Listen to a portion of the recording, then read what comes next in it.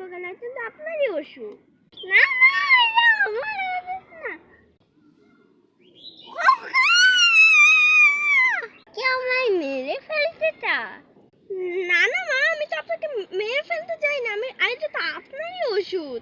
কিন্তু আপনি কি কথা বলছেন? আমি কেন এগুলো চাইবো? আপনি তো ভুল বুঝছেন আমাকে। খোকা, বউ আমার